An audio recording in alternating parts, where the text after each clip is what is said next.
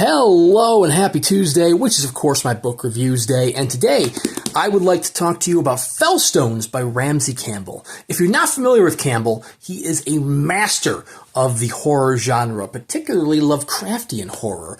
He hasn't quite gotten as popular or as big over here in the States as he is over in his native United Kingdom, but you can still find his books pretty easily here in the U.S. You can even see a lot of the praise on here. Stephen King praising him, Washington Post praising him, Guillermo del Toro, and so on.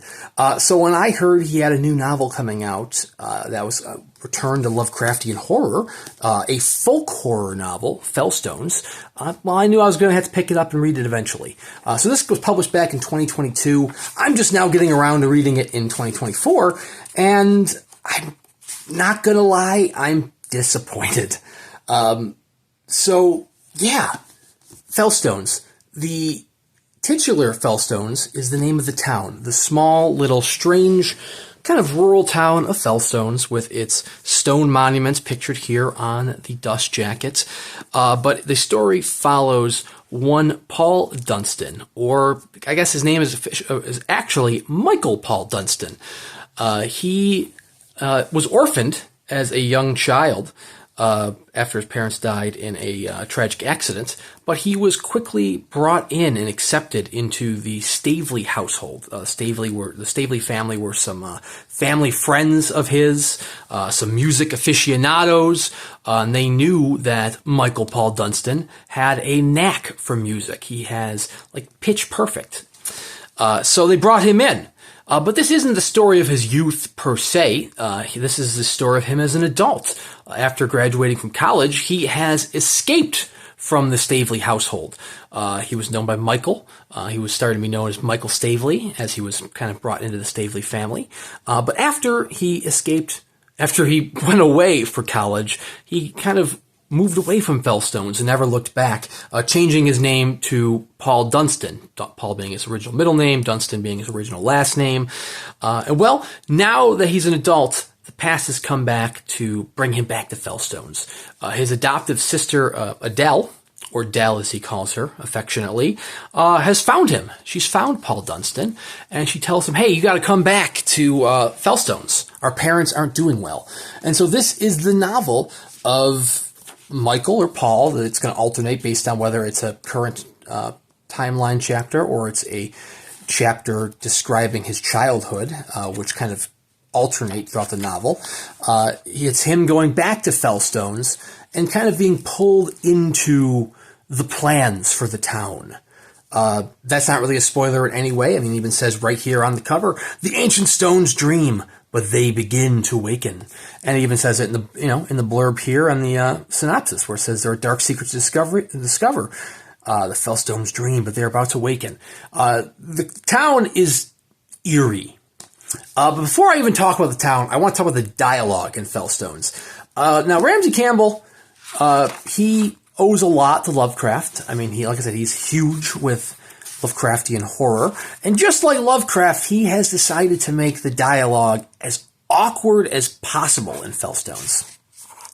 The best way I can describe it is if you've ever seen the film The Killing of a Sacred Deer, and you're like, wow, the dialogue is weird in that. That's how the dialogue is here. Like, the sentences are not conversational. It's direct in a very strange way, while at the same time being very indirect in what they're trying to say. Like, they keep beating around the bush and having to do follow-up questions. So, like, it's, I need to speak to whoever was here. She still is. That's a weird response. I don't know. I mean, yes, the person is still here, but that's just a weird way to respond. Let's see here. How did you track me down? You don't think it could have been a happy coincidence? I will if you're telling me it was. It had to happen. Like, it's just bizarre. And the dialogue is like that throughout the entire novel. The relationship between Paul, Michael, and Karen, his lover in the present time, is constantly strained by his mysterious past going to Fellstones. And I feel like it could very easily be, straightened out if you were just more direct with your answers. You keep, beating around the bush, and it keeps leading to this strange confusion and bad communication. And the whole novel is chock full of that. The town is kind of eerie in a way. This is not going to be a spoiler, because, you already know that there's going to be some Lovecraftian horror from it in, the blurb, in the quote on the cover there. But it's way too little, way too late. I mean, we're talking a 250-page novel, and the Lovecraftian stuff doesn't really come into play until the last 30 to 40 pages. Like, everything up to that point is a lot of the beating around the bush. Him getting pulled back to Fellstones, him getting away from Fellstones because he's kind of weirded out by it, and they pull him back in another manner.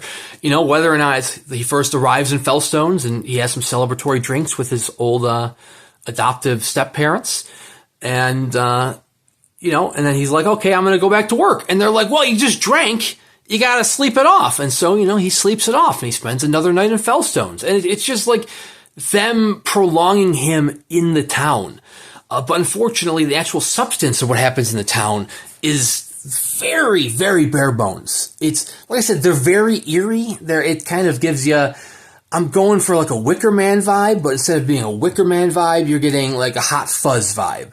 And Hot Fuzz is great as a comedy. It works really well as a comedy, but it doesn't work as a horror film because it's not a horror film. It's a comedy. Fellstones is supposed to be horror, and yet it just, I don't know.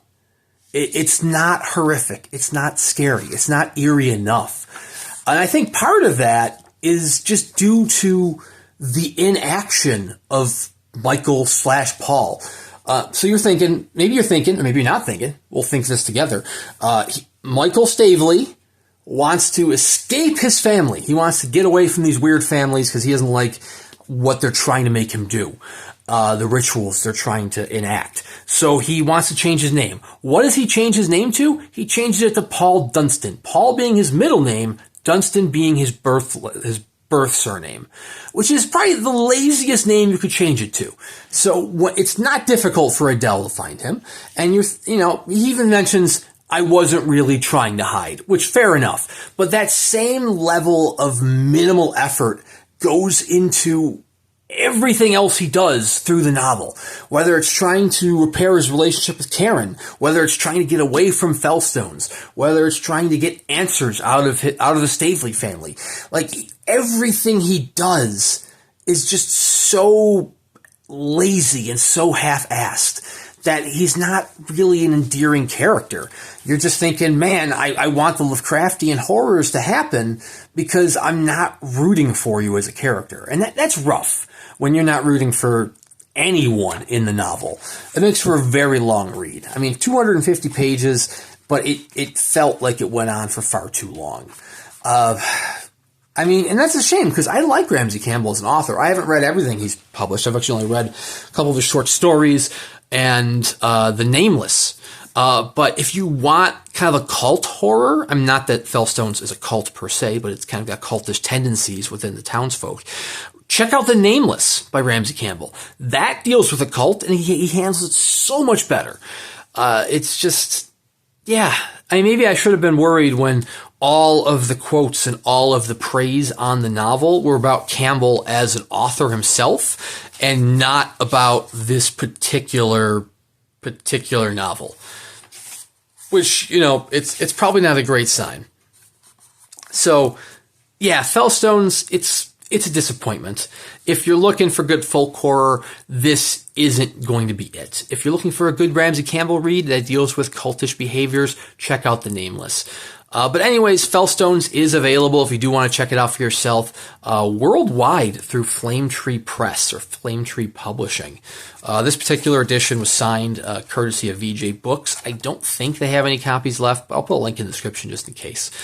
But anyways, thank you very much for watching. I do a book review every single week on Tuesdays, as well as plenty of unboxing videos between here and there. So please consider subscribing to the channel.